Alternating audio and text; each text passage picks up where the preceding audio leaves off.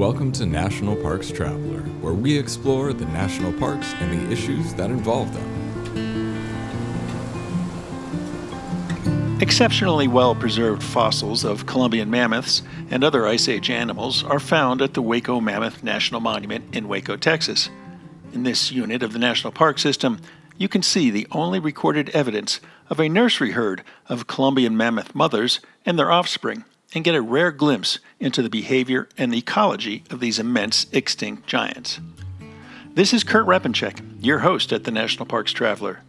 This week, the traveler's Lynn Riddick travels to Waco to see what else she can unearth about this unique unit of the National Park System that permanently protects the remains of Columbian mammoths. Full of stunning photography and thought-provoking reads, Smokey's Life is a biannual magazine produced by Great Smoky Mountains Association. Members receive it free of charge each spring and fall, and it is available for purchase in retail stores throughout Great Smoky Mountains National Park and online at smokeysinformation.org. The Everglades Foundation, the only organization whose sole mission is to restore and protect America's Everglades. Learn more at evergladesfoundation.org. The Yosemite Conservancy helps visitors connect with Yosemite through adventures, volunteering, and the arts. It's the only nonprofit dedicated to supporting Yosemite National Park and funds grants to improve trails, restore habitat, protect wildlife, and inspire the next generation of nature lovers. Learn more at yosemite.org.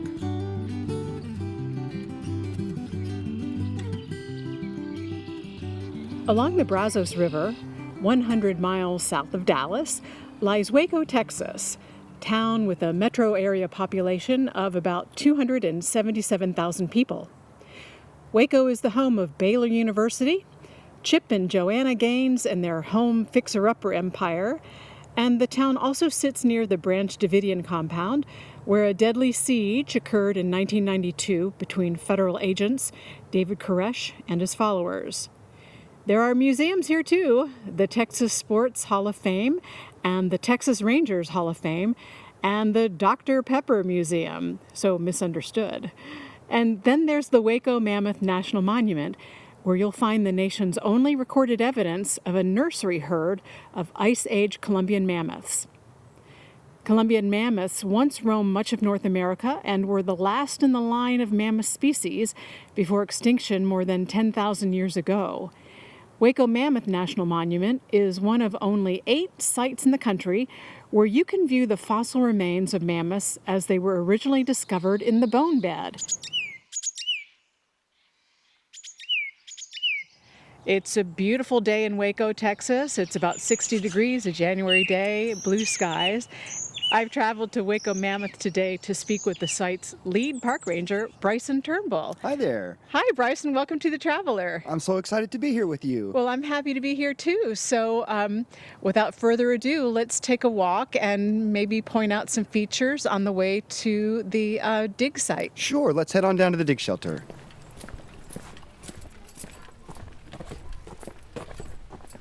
This is a live oak tree. Live oaks are very common down here in Texas. They would have been around during the mammoth's time. And this one's over 150 years old, and it's just so beautiful. And it's probably one of the first things that you kind of see as you're walking down the paved trail to get to the dig shelter. And you may have noticed as we were coming down, a tour had stopped. We kind of like to stop and talk about what, I'll say life was like back then, but what the fauna was like at that time. And it's fairly similar, maybe a little bit different. But it's just breathtaking and a great picture point for our guests to now, stop this and tree see. was not here 10,000 plus years ago. No. But you say live oaks were probably part of the landscape then? Mm-hmm. Yep, so a lot of the plants that you see were here at that time. There are some that were not. And of course, then you'll be getting into mega flora, megafauna as well. So just like the animals were big in the Ice Age, a lot of the plants were large as well. And we don't really have those anymore.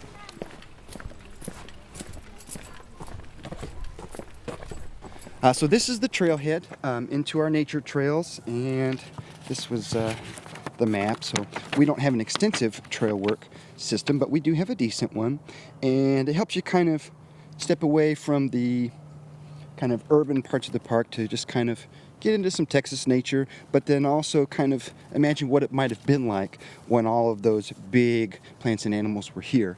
If you can use your imagination a little bit, you can just kind of imagine what it would be like walking just down that way, and then all of a sudden here comes a herd of mammoths crossing your trail. How big is this park site right here?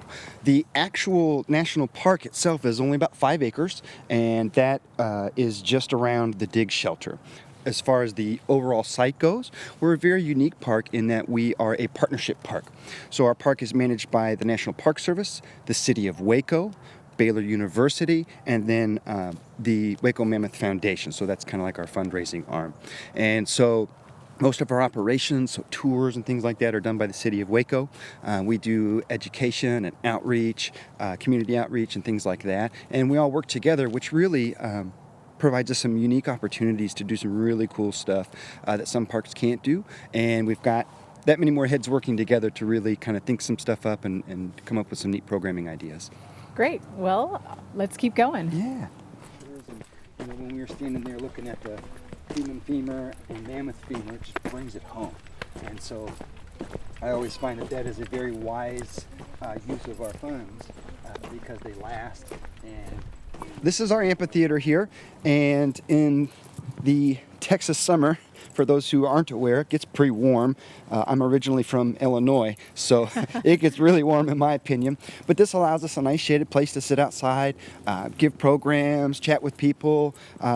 We do special events, so for like National Fossil Day and things like that, we'll bring out the big replicas.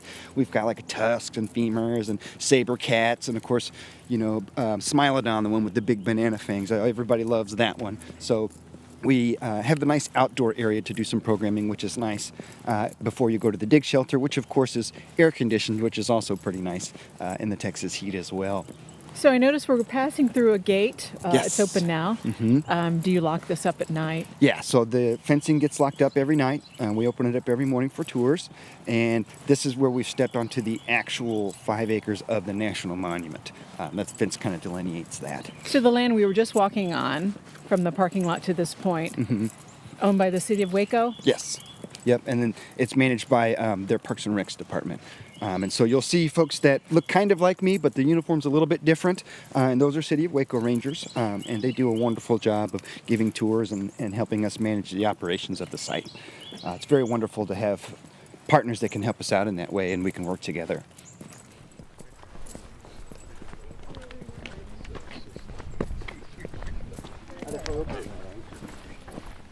So I want to stop here. This is one of our first Wayside exhibits, and we get to see these two guys. And that's Paul Barron and Eddie Buffkin, and they are the two gentlemen who stumbled upon the fossils originally.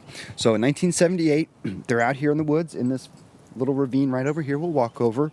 And, of course, why they were out there, you kind of get different versions depending on the day of the week that you talk to them. Sometimes it's said that they were out hunting venomous snakes for the landowner. Some says they were just out looking for arrowheads. Other times they were just being boys out in the woods for whatever reason. They were in this creek bed and they come across a bone sticking out of the bank. And they did something that young boys often don't do, and they told somebody about it. And so they came out and they were looking at it. They're like, well, that's not a human bone, and that's too big to be a cow bone. So they took it over to Baylor. And they took it over to Baylor and they said, oh my goodness, that's a mammoth bone. Where did you find this? So then the paleontologist or the geologist from Baylor came out and they look and they start digging in and they realize, oh, that bone's connected to another one, connected to another one, connected to a bunch of them. And they realize this is a pretty significant find. And through mostly volunteer work, they begin to dig and excavate, and that's when they realized that they had something truly unique on their hands, and that it was a nursery herd of Columbian mammoths, the only known or only found nursery herd of Columbian mammoths to date. Meaning it was females and their offspring? Yeah, so a matriarchal herd, and it's going to be all females and their offspring. Once the male mammoths reach maturity, they kick them out. They're a little ornery. They don't like having them around. They don't cooperate so well. And so that's why we find them mostly alone. And then they're able to have safety in numbers, to raise the young, Again, the males leave at a certain point and the females stay. We actually have the skull of what we call Mammoth J, who is believed to be the actual matriarch, the oldest mammoth in the herd. And so she would have all the knowledge. She would know where to go when it was really dry and they needed water. She could find it. Where to find the best grasses to eat. She would know where to go and have that knowledge and be in charge. So, what happened between the discovery and then the founding of this national monument? So, a lot of things happened, and the most of the excavation work led by Baylor was done through volunteer work. So, for tens of years, the volunteers just came out here and did what they could do, and all of the nursery herd fossils had to be removed from their location because the creek bed, although dry right now, is an active waterway even to this day. So they had to be removed for their safety. The bones that you're going to see in situ, meaning sitting right where they were found in the dig shelter, they were stumbled upon as the cleanup of that process. But since they weren't in an active waterway, they could be left where they are. So as part of the partnership, Baylor stores all of the original nursery herd fossils that we have at the Mayborn Museum, which is their museum there, and they have proper storage and temperature, climate control, and all of that kind of stuff. A lot of the fossils are still jacketed, which is the way that you, kind of like paper mache in a way, that you put over the fossil so you can move it safely, and they haven't been reopened yet. We hired a paleontologist, Dr. Lindsay Yam. She started in 2020. For the Park Service, and she's really just getting started on all of the science and things that we're going to be able to do and learn, which is super exciting. One of the neat things that happened recently is we were able to get ancient DNA from one of the teeth, which is really cool, and as we do more of that, we'll be able to tell things like make sure were all of the mammoths in the nursery herd related. Is it one family or is it multiple families? We'll be able to learn more about them and their story through science and experiments and research like that, which is really exciting to get that going. That'd be fascinating to know how many were related, for sure. Yeah, and are they directly related or are they cousins? You know, it's neat, and it helps us get a better picture of that nursery herd and who were they and how long were they here, and you know, as that technology progresses, maybe we can work with the mammoth site in South Dakota and they can do some testing there and be like, we have relatives of our nursery herd all the way up there. Things like that to see just how far reaching this particular nursery herd was. If you look at this map, you can see all of these different mammoth remains. So we're looking at a map of North America, and there's dots representing where mammoth remains have been found. And it's a pretty extensive assortment of dots all over sort of North United States, and then all the way down to Central America, southern Central America, almost to Panama, it seems like. You've even got some down here in Chile as well. And the further south you go, these dots are going to be Columbian mammoths. Up here, you're looking at woolies. You're not going to find Columbians way up here. And mammoths were somewhat migratory, so they'll be kind of going around based on seasons, based on food availability. But we are the only found Columbian mammoth nursery herd, which is really exciting. But you can see mammoths were everywhere on this continent during the Pleistocene epoch, or the Ice Age. And tell me the distinction between woolly mammoths and Columbian mammoths. Did they live at the same time, just in different parts of the globe? Yeah, so think of them like cousins. They're closely related, but they're not exactly related. And Columbian mammoths are like bigger cousin. So pretty similar, just bigger. And then the other thing is that woolly mammoths were more woolly, just like their name implies. They lived in colder climates, so they would need more of that fur to keep warm. Now, we don't find Columbian mammoths whole like we do woolly mammoths, because you find those woolly mammoths frozen in the permafrost. So they have skin, they have hair, we can see what color they were and things like that. We don't find those for Columbian mammoths. So we do know they had less hair, but we don't know how much less hair and what color was it. We know that woolly mammoths had smaller ears, relatively speaking, because it's cold. So Would Columbian mammoths have bigger ears? It's likely, but we don't know because the ears don't survive over time. We just have the fossil remains of the skeleton. So we have a little less information about them, but we know enough about them to know that they're kind of like cousins. They're just big cousin that lives where it's warmer. Now go back to the establishment of this national park site. Yeah. So for many years, volunteers and through the Baylor University, they worked and excavated. And then as they were backfilling or returning dirt to where they had excavated the nursery herd, they stumbled upon the fossils that we see in the dig shelter today. And so they started working on those. And then after a period of time, the land was donated. It became a city park, and it was just a city park.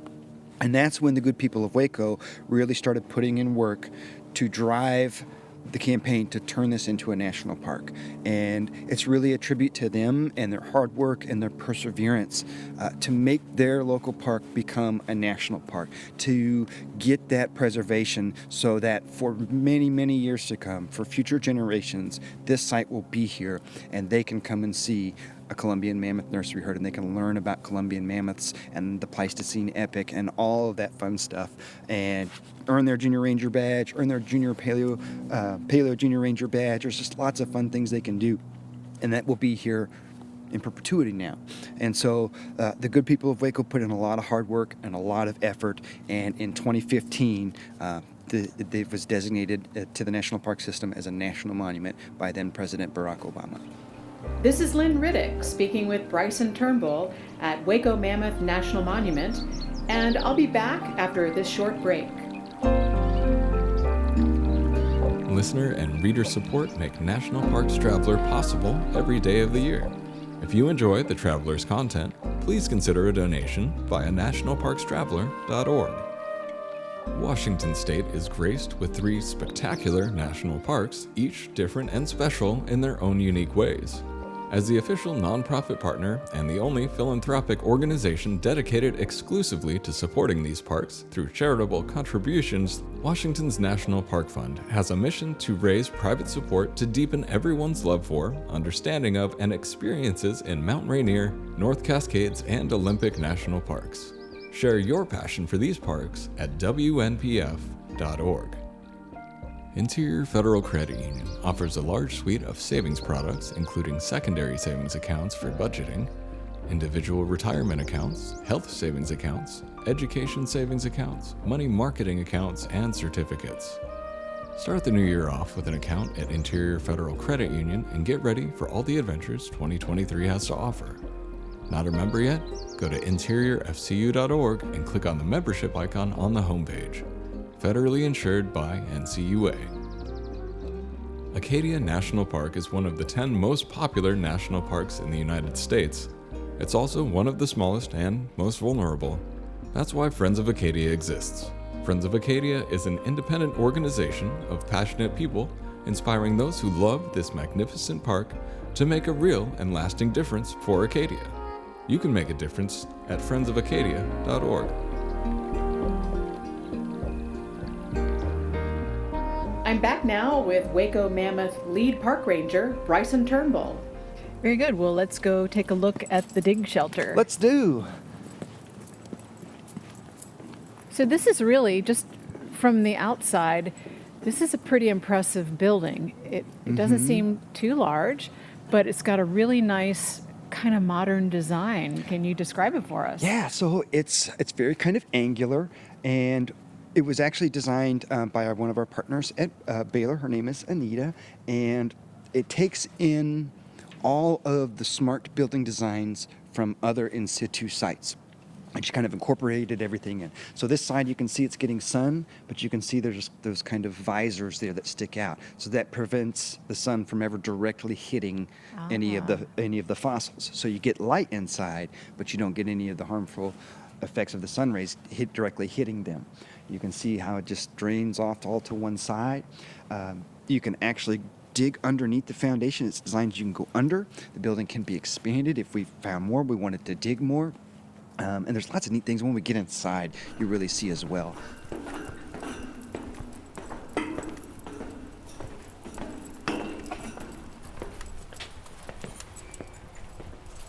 Morning. Hey, Ranger Fate, how's it going? Oh, wow. Yeah. So welcome to the Dig Shelter. I want to point out to you this mural. And this is an artist's interpretation of Mammoth Q. And so they measured Mammoth Q's bones and then made it to size, to fit, right? So this is how big he would be. That's 13 feet at the shoulders there. And it gives you an idea of just how big Columbian mammoths were. So as we turn around and we walk up to the edge here of our catwalk and we look down, this is actual Mammoth Q. And as you hear me reference the mammoths, I'll be referring to them by letters. As they find a mammoth, it gets this letter and it goes in alphabetical order. So Mammoth Q, the Q doesn't necessarily stand or mean anything. He was just next in line and happened to be Mammoth Q. And so we see the tusks here. Mammoth skulls don't tend to make it because they're, if they were solid, they would be too heavy because their heads are enormous. So there's lots of kind of think sinus cavities and that type of thing. A lot of cartilage. And so under the weight of the ground, they crumble. You just don't find mammoth skulls intact too often. But we can follow him down. We can see here's his right front leg. His left leg's over there. You got ribs, spine. There's his pelvis, back left leg, and back right leg. And so he's mostly articulated. And Right, you can really make out how he was probably laying on the ground. And this is a pose that is common. We find in both mammoths and elephants today in what's considered a natural death pose, meaning he was standing there eating, or maybe he was walking along, and whether it was a heart attack or an aneurysm or whatever it might be, he died and just kind of fell forward. And so that's a natural death pose rather than being hunted or something else happened. He's got kind of this natural death pose, which is great for us because we get this wonderful articulation versus some other of the fossil remains you'll see that are they just look like a jumbled mess. Whereas Q here, you can see his shape. You can appreciate just how big he was, and you can say, okay, those are the legs, and see where all his parts are. Something that's interesting for us is on his right rear femur, he's missing the lower part of his leg. And what we find on there are teeth marks from a canine. So whether that's a dire wolf or a coyote or whatever type of canine it may have been, they were chewing on him. And we also have those teeth marks on his patella or his kneecap. And he's missing that part. But the rest of him is still there, which means that scavenging took place on him, but not to such an extent that he's pulled all over the place. There's not much of him left. He's mostly there. And so then that is a mystery for us to solve. Something that I learned when I got here was that in any mammoths, you hardly ever find feet because they're the first thing to go. Mammoths kind of walk on tippy toes with a fat pad in the middle of them. And so they walk like that. Well, that fat pad is a tasty morsel. So it's one of the first things to go. And that's part of what helps us know that something happened that wasn't usual, because in the nursery herd, we've got so many feet bones. We've got so many bones that you don't typically find. And so it's the same with Q here. And this kind of little pile of bones right there, those are foot bones. For what would be his right front foot, those are foot bones. So that your carpals, metacarpals, tarsals, metatarsals, we have a lot of those, and so that helps us tell the story, like something happened to this guy or to these different animals, because you don't normally find those. They weren't, I'll say, properly scavenged, or they weren't out into the elements for other animals to eat on them. That's like with Q, we see a little bit of rodent gnaw marks on his bones, but not a truly scavenged body. And so he was out, but not for an extended period of time, or was in a place where the scavengers couldn't necessarily get to him. And so that's part of our mystery. Now, you had asked me whether they're adult male or female. One thing that you can do is, if you have the pelvis, we see Q's pelvis right there, there's a nice, almost perfect circle in the middle. And so that tells us that was a male. So you have size, you have tusk size, but then that circle in the pelvis is a dead giveaway. And when we look at Mammoth W, I'll show you her pelvis, and it's got a diamond shape in it. And that allows for expansion, so birth and babies. And we know that she had given birth at least once. Now, you just took off your jacket, and that just made me think about, do you try to keep the temperature a certain, level here in this building? Yeah, so that's a big part of the dig shelter, is to protect the fossils within it. And so we keep it, its temperature and humidity controlled. We try to keep it around between 70 75 degrees as best we can. It's a real strain on the air conditioners in the summer, and when it gets real cold, it's a strain because this is kind of reminds me of a gymnasium with the hole in the floor, kind of like a big dirt floor, and we're standing on a catwalk and everything's below us, so it's like a really tall kind of gymnasium. So it's kind of tough to do, but we do a pretty good job of it. And then of course we have humidifiers that maintain the humidity level. And as you look throughout the bone bed, you're going to see little kind of electronic boxes. Some of them have little clear plastic over them, some of them don't. And those are called hobos. And those track the humidity level and the temperatures. And so we get those once a month, and we look at the data to make sure that we're maintaining that proper humidistat control to protect the fossils. All right, what else can you point out here? So if we move a little bit further down here, what I want to point to you, and as we look out across the dig pit, there's kind of two levels. So we have Q at this upper level, and we have Mammoth S and the camel and that lower level. And there's about a 10 to 20,000 year difference between them. So Q is 50 to 55,000 years old. And then Mammoth S and Camel, which they are the same age as the nursery herd, which would have been out in the gully out there, between 60 and 65,000 years old. So when I go down there and I stand, if I'm standing next to the ridge, it's about here, and I'm holding my hand next to my waist here, so probably about 2 to 3 feet represents that 10 to 20,000 year difference. Oh, wow. And so the further down you go, or the deeper you dig, the older things are. Now, because we've got kind of a flat-ledged wall over here, and if you look at it about a foot up, you can see there's kind of a dark line. I do see that. And about another foot up, there's another dark line, and it runs the whole length of that wall.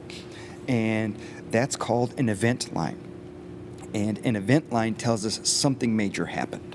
Something major, so major that it changed the composition of the soil or the sediment, and so it's a different color. So what could do that? You're talking a massive fire, a volcanic eruption, a flood, something essentially catastrophic.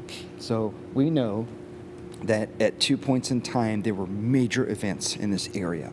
And it just so happens that the first event line coincides with the nursery herd, and the second event line coincides with Mammoth Q in that era of animals. Yeah, I see that. That's fascinating. And so then we know something major happened at the same time frame that the nursery herd died. And so for a nursery herd to die like that, and for their bodies to be in the position that they're in, it has to be, or it is extremely likely to be, directly connected to that event. So then that helps us piece together some of our mystery, but at the same time, it adds more questions. You know, what was it? What happened to them? You know, how did it happen? And it might be that yes, there was an event, and the events what covered them up, not what killed them, but what covered them up, right? So we have all these questions that we just don't know, and we're trying to get as many clues as we can and piece them together. So Mammoth S. Poor Mammoth S has seen better days. All of the bones are in rough shape, and we know that Mammoth S was a juvenile because we see the growth plates in the bones. They hadn't fused or fully formed. We don't know whether it's a male or female because we don't have the pelvis or enough information to figure it out yet. We also are going to leave these fossils in situ, so we're not going to dig underneath of them or to see what else we can get there. But Mammoth S has given us something interesting. And Mammoth S has a vertebrae that is not properly formed. And we look at the pathology of that bone and we see that it is not properly formed, which is typically a sign of malnutrition. So when we look at that vertebrae, it shows us that she was suffering from malnutrition. So what do mammoths eat? One of those giant hay bales feeds 2 mammoths for one day. That's a lot of grass. But grass is generally pretty abundant, was definitely abundant in this area and most of Texas at that time. So what is going to cause a mammoth to starve? Well, what's going to prevent grass from growing? Drought. And so we think that there was likely a drought, and that's why we see the pathologies or the stories that the bones tell us about that particular mammoth's life. So what else can that tell us? Well, if there's been a drought or a sustained drought, that means that a flash flood is much more likely and could be much more devastating. So that points towards the idea of the mammoths dying in a flood, which was the original hypothesis. We are not 100% on that one anymore. If, let's say, they're having trouble finding water, there's not enough to eat, and they go and they find a place where there is water, and what if there's a bloom, a toxic algae bloom, where the water's bad? They all drink that bad water, they die right there. Or maybe they have to go down into somewhere that they don't usually go. They get down there, they get some water, and then, they can't get out, and they're stuck. And then it's a kind of a slow death.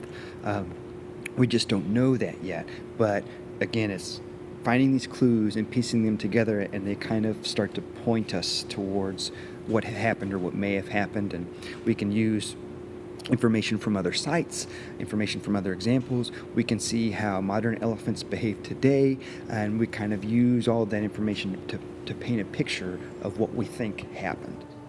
This is Lynn Riddick speaking with Bryson Turnbull at Waco Mammoth National Monument, and I'll be back after this short break. Whether it be strategy, business planning, change management, board development, executive search, or diversity planning, Potrero Group is here to help. They mix a depth of experience in the parks and land space with a breadth of best practices from other industries. For more information or to schedule a preliminary conversation, go to potrerogroup.com. Potrero group.com. The Grand Teton National Park Foundation is a private, nonprofit organization that supports projects that protect and enhance Grand Teton National Park's cultural, historic, and natural resources. By funding initiatives that go beyond what the National Park Service could accomplish on its own, foundation donors improve the visitor experience and provide benefits to the national park system for decades to come. You can see their successes at gtnpf.org. The Blue Ridge Parkway Foundation is the primary nonprofit fundraising partner for the Blue Ridge Parkway. It is made up of people who have a deep love for this majestic road and want to ensure that its natural beauty and the experiences it offers endure for generations to come. Show your appreciation at brpfoundation.org. I'm back now with Waco Mammoth lead park ranger Bryson Turnbull. Now, camel is interesting because where the tail should be is where the neck and head parts were, and vice versa. I can make out the spine. Yeah, you can see the spine. So something happened to camel. And this must be a foot there. I see the two appendages that look like toes. That's right. And we had to move the skull. The skull used to be over here, but there was one time, water came in, and that's where you get this kind of trough that you see dug in the floor there. If it were to happen again, it directs it away. But we had to jacket it and move it. But we have the whole skull there. You can kind of see the round where the eye would be. And again, we get to look at camel's teeth. I love teeth because they tell us so much about animals, the size of the animal, what they were eating, how old they were. A lot of people don't realize that camels evolved here in North America, and they traveled over Beringia, or the Bering Land Bridge, and that's how they get into Asia and the Middle East, and they evolve into the modern-day humpback camel over there. They go south and they evolve into llamas and alpacas and such. Something that we actually just found, which is really exciting, and we just did a project last month with it. We found fossil remains of alligator snapping turtles, and that's important because alligator snapping turtles only live where there is always water. So that creek dries up. Does that today, would have done it back then, but on the other side of the embankment there was always water. And we know that because we found those fossil fragments. So we see giant tortoise fragments that we have, that we found right here, but they don't they don't tell us there was always water here, but the alligator snapping turtle does. And so the types of animals that we have help us learn about the environment as well and what it was like. You know, one thing I wanted to point out is that the lighting is amazing in this dig site. It's really well lit, and it allows the definition of the bone fragments to really be seen. Especially the tusk of Mammoth Q. That is just amazing. And part of that is, because they're not fully mineralized. They don't have that, they're not rocks, they're still bones, right? So they are fossils, but they're not fully fossilized. And so we get kind of a different look, and it really looks like you're looking at a skeleton rather than rocks shaped like a skeleton. One of the really neat things, you heard me mention teeth earlier, is W has the best teeth. Mammoths only have 4 teeth. You can see the lower jaw right there. So both of those teeth were on her lower jaw. And then you can see the upper Oh, jaw I do right see that there. now, Yep, you see both of those teeth. So you can see her teeth. You can get full access to them. And they are in great shape. And mammoths So the teeth are about, they look like they're probably about size of a size 6 tennis shoe. Yeah, a full-grown male mammoth on his 5th or 6th set of teeth, they can be the size of size 12 men's shoeboxes. Oh, wow, okay. Yeah, so they can get pretty big. And they'll have between 5 and 6 sets of teeth in their life, depending on how long they live. And they have so many teeth because they're grinding grass all day long. These fossils are halfway or 3/4 of the way unearthed. So does digging continue here currently, or do you sort of want to leave these alone now? So it is considered an active dig site. And, if we look at the building as a whole, that's probably 40% open, I would say. So then the rest of it hasn't been dug yet and could be dug. And eventually, over time, it will be. We don't want to move these fossils around too much or anything. They're in situ, and we've got to be able to leave them to rest. So we won't go under, or we won't do too much with them. But we will do some more digging over time. Over here, we have some bones from an Artiodactyla, or a member of the even-toed animals. And so we'd like to see, well, what animal is that? Is there more of it there? The saber-toothed cat tooth that we found was by that. Maybe there's saber-toothed cat over there. So it's considered an active dig site. We won't really do too much to the bones that you see.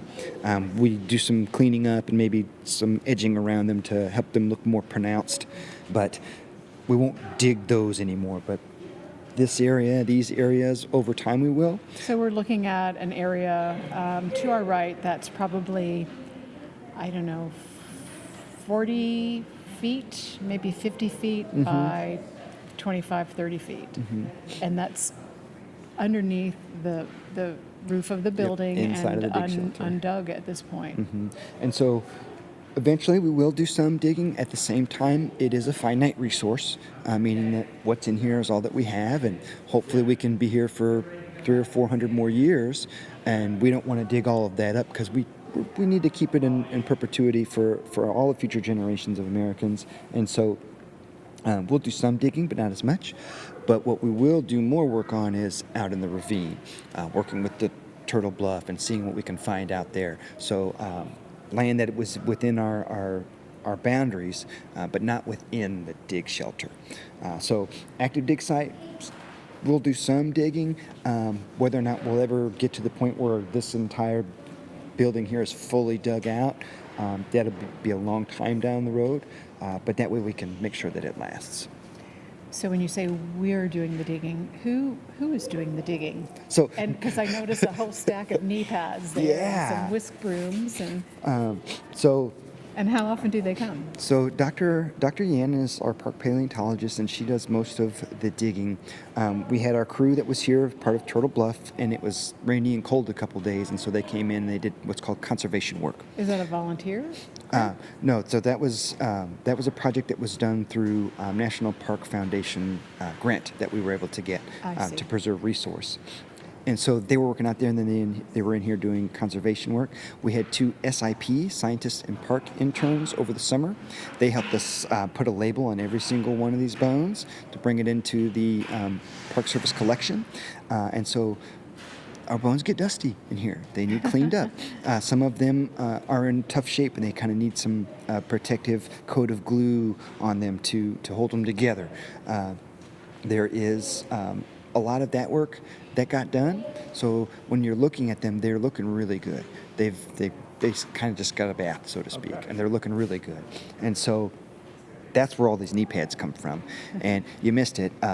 Just last month, there'd have been, 4 or 5 students around Camel, and 3 or 4 students around S, and 7 or 8 of them around W up there, and just they got a little bitty Q-tip and dip it in acetone, and you just go over and clean it all up. And sometimes conservation work is a little bit more extensive.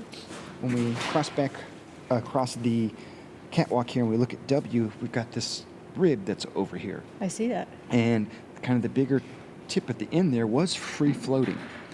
And so what they did was they took sediment that we got from screen washing, so it would just be dirt, but from the original site, and they combined it with plaster, so that dirt makes it the right color, the plaster holds it to form, and we formed underneath of it, so it's supported. So we didn't change the fossil in any way, we just made it safer so that we don't have bone just kind of hanging over the edge. I see. But that's where it was found. Yeah, that's exactly where it was. We just wanted to put some more support underneath of it so we didn't have to worry about it falling apart. So that's conservation work. So that work is pretty much always going. And when we have the help here to help us, that's like we're going to be getting 2 more scientists and park interns this summer, and that'll be a lot of what they're doing, and hopefully conservation work will be mostly done, and then that'll be something that gets done every couple of years. Over here is, we call it the platform, you can call it the bone deck, the bone prepare platform, and this is where we open jackets. And jackets are how we safely move the fossils around. They're kind of that paper mache, and you basically cut a lid off the top, and then you dig down, and then after a certain point, then you peel it off, and you get all the way through it. And so you can see there's kind of a bigger bone that's being dug right there, and it takes a lot of time. It's slow going, and we've got bunches of these jackets, and we've got small jackets. That's a small jacket. Of course, it's about the size of a pretty big watermelon, and we call that a small jacket. And they get even bigger because you think, if you were to jacket all of Mammoth Jay's head there with the skull and the tusks, it's going to be pretty big. And heavy. That's where this crane that you see comes into play. Oh, look at that. And they built this crane into the dig shelter so along it's with a that beam big going rolling across door the top of the wall. in the center of the ceiling. And so that way, if we had to jacket something, we could get it out of here safely. And again, that's just that all the great thought that went into designing this building. So we open our jackets up over here, and we do preparation on this deck. We are in the process of getting this extended all the way to the wall, which will give us a lot more space, so we can be opening multiple jackets. And as we look forward to hopefully, hiring some more park staff, they'll have room to work and can really kind of get opening those jackets, so we can get into the nursery herd collection to really see what we've got. So, just want to make sure I understand what I'm seeing here. Mm-hmm. So you have like a cast over top of a bone fragment, and that's what I'm looking at now. There's a bone fragment inside that very large watermelon half. Mm-hmm. Is that accurate? Is there Kind of. So think about it like if you hold your fist up, your arm up in your fist, and you have your fist is the actual fossil, and then your wrist and your arm is a dirt column that it's resting on. And so you would take typically burlap and you would lay it over it. You can use a plastic bag if that's all you got. And then you use plaster and you basically make the helmet over your fist.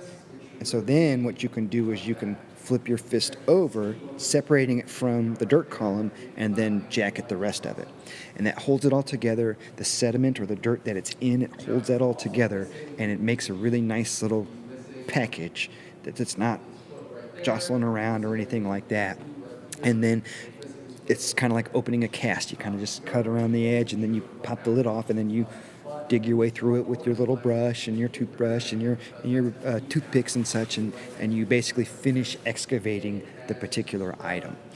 And then, of course, once we get in there, you might see a rib that's in, 50 different pieces. Well, we'll put it back together. And that's kind of what the sandbox here in the middle is for, so you can glue things together. And sometimes I'll come in and there'll be ribs sticking out of the sand as they're glued together and they're drying. And then we put them together over here, and they end up going back to the Mayborn, where they go in these really cool kind of big rack boxes where they're stored safely. Because we don't have the storage space here, they can be properly kept with, remember, the temperature and humidity and everything. And that's one of the wonderful things about our partnership, is they have those facilities. And so we can kind of work together to store them and conduct the science on the fossils that we have. Yeah, let's step back outside now and take a look at the view. Hey, Casey, how's it going? Thank you. So, Bryson, I wanted to ask you what it was that brought you here. Have you always been a fossil buff? Well, I actually started my Park Service career out back in Springfield, Illinois, where I'm from, at the Lincoln Home National Historic Site. I've been there. Yes, that's my home park. That's where I was from. And I always tell folks it wasn't until the tender age of 30 that I figured out what I wanted to be when I grew up. And I was actually, I took that Wild West road trip we're all supposed to take, and I was standing in Zion National Park, and it just spoke to me. I said, "Dad, dummy, why don't you be a park ranger? You're perfect for it." So went home, went back to school. I got a bachelor's in recreation management. I started volunteering at the Lincoln Home. I was able to get a Pathways internship, and then I was Pathways into a park guide position. And I was there for a total of about 7 years. And then there was a promotional opportunity for lead park ranger down here, working for a ranger that I had worked for before, and she's great. So I was like, well, I could move to Texas for that. And so I talked to my wife, and she says, yeah. And so I applied and interviewed, and I was fortunate enough to be selected for the position. And so we came down to Waco, and we got to Texas about 3 or 4 days before the big freeze in 21. Of course, being from Illinois, we were ready for it, but I don't know. None of us were. Yeah, and so we came down here into that, and that was crazy. But the neat thing about being an interpreter is that I just need the knowledge of the resource, and then I can talk about it. So whether it's big old bones or a president's house or whatever it might be, whatever story we're telling from our nation's history, I can tell it. That's my job. That's where my skills come in. And so I can't say when I wanted to become a park ranger, I'm like, I want to work at one of those paleo sites. I was just any site where I get to wear this sweet hat makes me happy. But like so many kids, when you're growing up, dinosaurs and Ice Age and these big fossils and big bones and big animals is just fascinating. And so it's definitely rekindled that aspect. I was definitely one of those kids. And sometimes it's a struggle when I'm working with younger aged groups, so that they know that dinosaurs 65 million years ago, mammoths 65,000 years ago. Bridging that gap can be difficult at times, but it still elicits the same sense of wonder. And I like the idea of a mystery and trying to use our brains and science to figure out what happened and solving that mystery. And so I really enjoy it. And I'm also very thankful that Dr. Yan is gracious enough to be very patient with me as I ask my questions and I learn. Occasionally I get things wrong, and she very nicely corrects me and helps me with that. And I've just learned so much. And until my time here is done, I'll continue to learn, because there's a lot to learn just about the Ice Age itself, these particular animals, and then the whole paleontological process and all of that. So I really enjoy it. It's a lot of fun. And like I said, the skills that I need to tell people about it, I've got those. So I get to focus on learning about them and what Texas was like at that time, and what life was like for not just these giant mammoths, but all the other animals that are functioning in the environment around them as well. Well, Bryson, thank you for your time today. It's been really fun learning about the mammoths and the history here. And roaming around on the same pieces of land that those huge animals did. Oh, it's absolutely my pleasure. I'm so glad you could come here today, and hopefully your listeners will be intrigued and come check our site out. That's our show for this week. We hope you enjoyed it. Next week, we'll be discussing calls for migratory corridors to be created between national parks to benefit flora and fauna species that need to escape biological islands. It's an interesting proposal, but can such corridors actually be created? For The Traveler, this is Kurt Repenchek. See you in the parks. The composers and musicians at Orange Tree Productions have created a unique collection known as the National Park Series that has grown to include more than 30 CD titles. Composed against the backdrop of a park's sounds of nature, these musical scores will connect you with these beautiful places and take you there, at least in your mind. This collection is the #1 selling National Park audio series in the world and provides the background music for National Parks Travelers podcasts. Visit them at orangetreeproductions.com. Editing and production work for the National Parks Traveler podcast is done by Splitbeard Productions. You can learn more about us at splitbeardproductions.com. National Parks Traveler is a 501c3 nonprofit media organization that provides daily editorial coverage of national parks and protected areas. Traveler's coverage is made possible by reader and listener donations. Visit us at nationalparkstraveler.org.